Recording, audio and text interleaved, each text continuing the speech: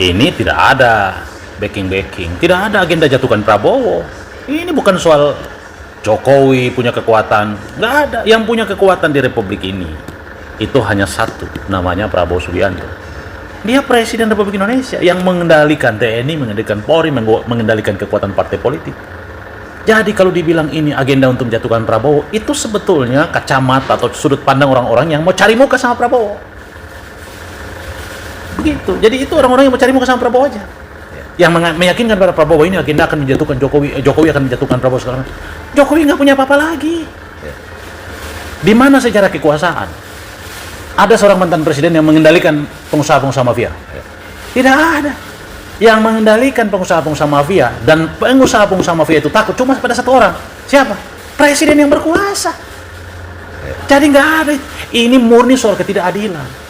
Presiden Prabowo harus melihat ini dalam kacamata ketidakadilan. Kenapa rakyat marah? Masa iya pajak anggota DPR dari gajinya dibayar negara?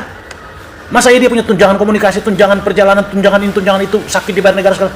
Rakyat ini sudah susah kerja, gajinya dipotong negara. Untuk bayar gaji dia, pajak dia dibayar negara. Kan ya ini ketidakadilan. Apalagi yang buat orang marah? Wakil menteri-menteri yang dilarang jabat komisaris direksi BUMN, ngejabat ganda, presiden ngangkat. Marah orang. Jadi ini sumber ketidakadilan. Ini bukan soal agenda siapa menjatuhkan siapa. Ya. Nah, berikut lagi, menteri-menteri lingkaran Prabowo ini banyak yang terlibat korupsi yang dilindungi. Ini bukan rahasia umum, orang sudah mengerti semua.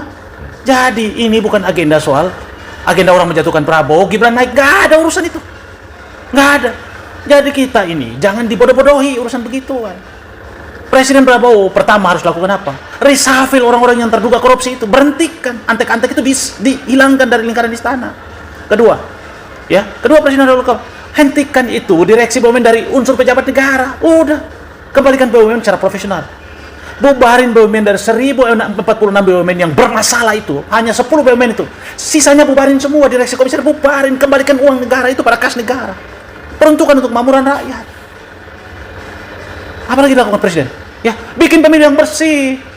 Supaya partai-partai ini jangan jual beli suara. Mereka ini suaranya naikin karena dia manipulasi semua. Ini problem kita. Presiden mau tidak? Kalau dia mau jadi pemimpin yang benar, pemimpin rakyat, pasti harus mau. Ya, jadikan istana itu sebagai pusat kekuasaan yang bertindak untuk kemakmuran kesejahteraan rakyat. Bagaimana mungkin dia memberi penghargaan pada koruptor di istana di momen 17 Agustus? Ngapain?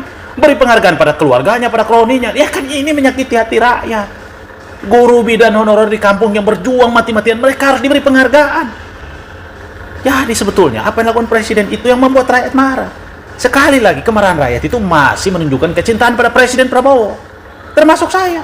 Kita senang cinta sama Presiden Prabowo, tapi kalau dia bertindak tidak adil, dia buat sesuatu yang menyakiti hati rakyat, semua orang marah dan saya marah. Kita masih menaruh harapan karena dia belum 1 tahun. Kita masih menaruh harapan. Nah kita lihat, mau dia bertindak atau tidak?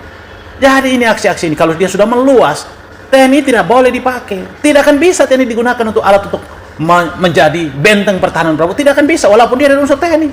Sudah ada faktanya, Pak Harto tidak bisa menggunakan TNI. Jadi jangan membesar-besarkan itu. Ini soal ketidakadilan.